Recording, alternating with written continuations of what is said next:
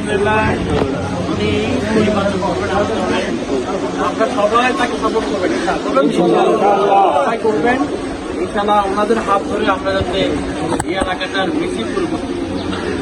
হ্যাঁ, সরকারের বহু ধরনের সহযোগিতা আসে যেগুলো আসলে ইউপি চেয়ারম্যানদের মাধ্যমে নিরপেক্ষভাবে বন্টন হবে, কিন্তু সেটাও হয় না। এই জন্য এগুলো নিশ্চিত হতে পারে আমরা ইনশাল্লাহ সেই কাজটা নিশ্চিত করবো। আর আমাদের যারা ভাইরা আছে আপনি ইনশাল্লাহ নিঃস্বার্থভাবে হেল্প করবেন।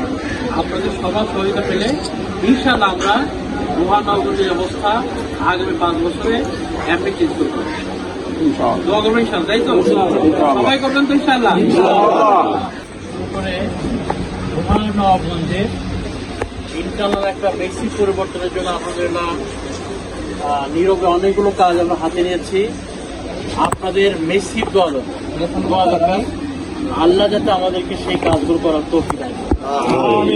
প্রথমত আমরা আলহামদুলিল্লাহ বেশ কিছু প্রজেক্ট আমরা হাতে নিয়েছি। সেটা হচ্ছে কোরআন মেমোরাইজিং সেন্টার। আমরা একটা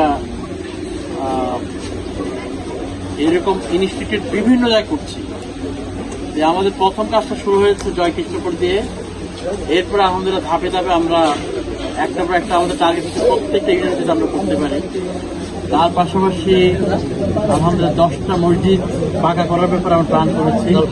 তার মধ্যে একটা তো আমাদের বিলাসপুরে। ইনশাল্লাহ আমি এটা চেষ্টা করবো সবার চেয়ে আগে প্রায়োরিটি দেবো। আর কিছু মাদ্রাসা প্রজেক্ট নিয়েছি সেখানে বিল্ডিং করে দেওয়ার ব্যাপারে। আর এমনি বেকারদের জন্য আলহামদুলিল্লাহ দোহার এবং নবাবগঞ্জে 2টা ফ্রিল্যান্স সেন্টার করার ব্যাপারে আমাদের প্ল্যান আমাদের এগিয়ে যাচ্ছে। এই ধরনের বেশ কিছু প্রজেক্ট আছে ইনশাল্লাহ আপনারা জানবেন।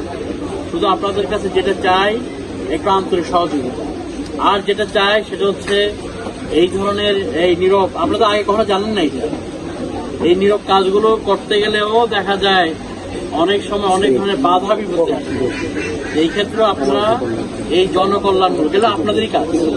আলহামদুলিল্লাহ যে প্রজেক্টগুলো আমি নিয়ে আসতেছি, সরকার আছে, সরকার যায়, বিভিন্ন ধরনের প্রজেক্ট আসে, এখানে কোটি কোটি টাকার প্রজেক্ট আসে।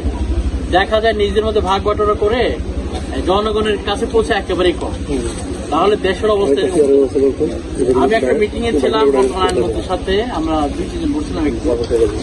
উনি বললেন প্রত্যেক বছর আইনমন্ত্রী আসাদুজ্জামান, উনি বললেন যে প্রত্যেক বছর প্রায় বাজেটের 60% দিতে হলো সংস্কারের কাজে। কারণ এই বছর রোড একটা করে গেছে, আগামী বছর কি ওটা সংস্কার প্রয়োজন আছে? কিন্তু এটা বাংলাদেশে এটা প্রয়োজন আছে। কারণ ওখানে যে বরাদ্দ ছিল ধরেন 5 কোটি টাকা, ওই প্রজেক্ট বাস্তবায়ন হতে হতে ওই টাকাটা পাইছে 1 কোটি টাকা, বাকি সবগুলোই পকেটে চলে গেছে। এই জন্য আমার এই কাজগুলো হয়। আমরা ইউরোপে বিভিন্ন দেশে সফর করেছি, দেখেছি একবার একটা রোড করলে 10-20 বছর হাতও দিতে হয় না। আর এখানে করলে এমনও আছে যে ব্রিজ করছে পরের দিন ভেঙে পড়ছে, আছে কিনা? এটা কেন? এই টাকাগুলো জনগণের টাকাটা তার নিজের টাকা মনে করে পকেটে বসে, আর শেষ পর্যন্ত ব্রিজ করার জন্য যে টাকাটা আছে সেটা রড না দিয়ে বাস দিচ্ছে। ঠিক আছে, এই অবস্থার অবশ্যই চেঞ্জ করতে হবে। আর এই চেঞ্জ যদি করতে হয় আপনাদের সবাইকে কিন্তু সক্রিয় ভূমিকা রাখতে হবে, কারণ এগুলো আপনাদের হক, আপনাদের টাকা।